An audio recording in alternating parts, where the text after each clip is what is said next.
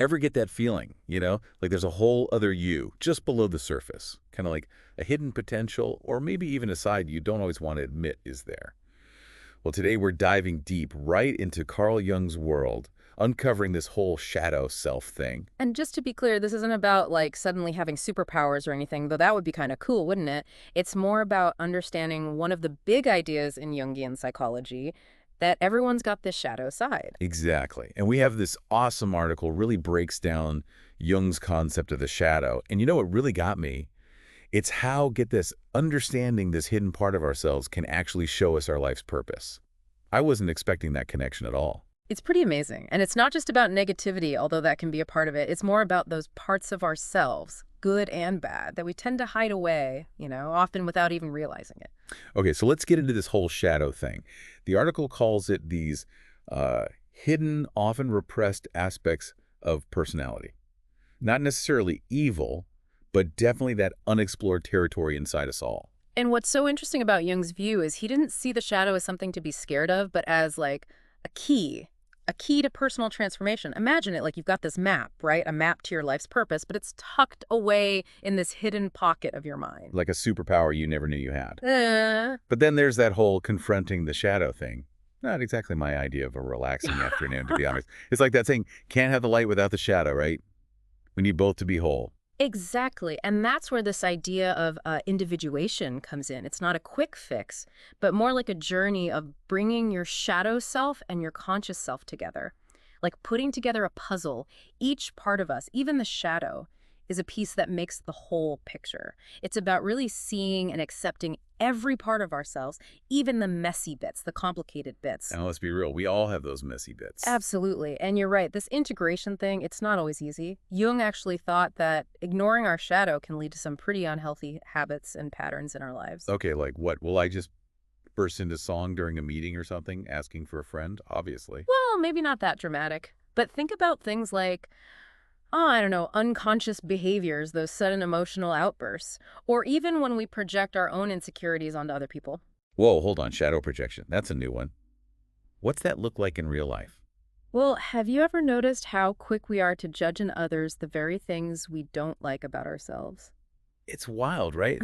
Like that feeling you get looking in a mirror and it's showing you the parts you don't want to see. Hmm. So easy to judge other people without realizing maybe those judgments are coming from our own insecurities, the ones we're hiding. Exactly. It's like we're trying to get away from the parts of ourselves we don't like, so we, what's the word, project them outwards.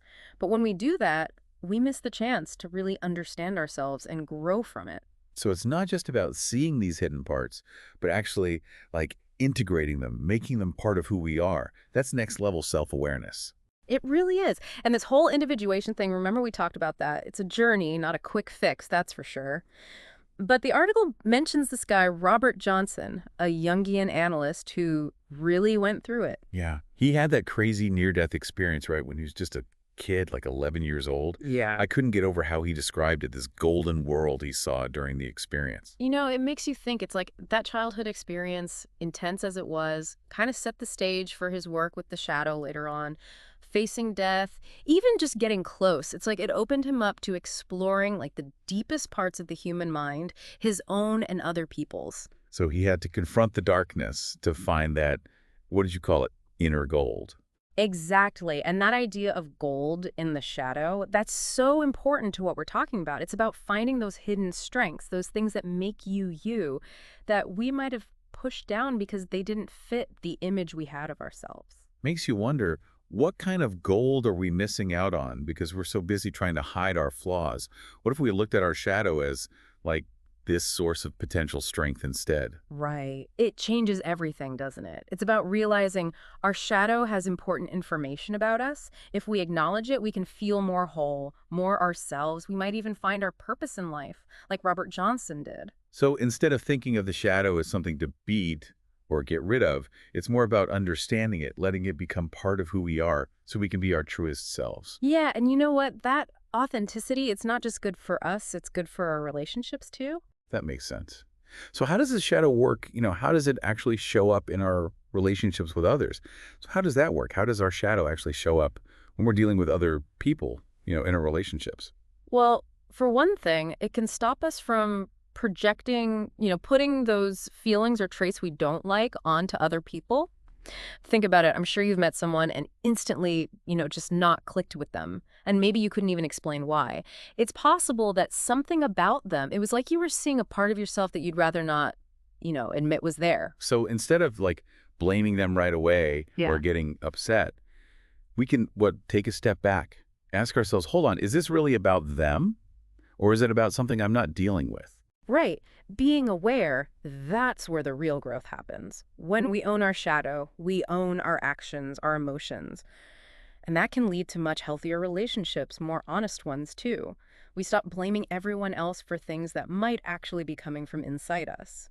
It's so easy to fall into that comparison trap, especially now, right? With Yeah. social media, it's like everyone's showing their best selves Yeah. all the time. You feel like you have to be on all the time, hide anything that's not, perfect. And that's the danger. Because when we only show this like perfectly curated version of ourselves, we can't really connect with people, can we? There's no room for vulnerability. It's like we're building a wall between who we are inside and who we pretend to be on the outside. Yeah. And it's exhausting because no one's perfect. Yeah. And trying to act like we are, it just leads to more problems, more pressure. Absolutely. It just makes us feel worse about ourselves in the end.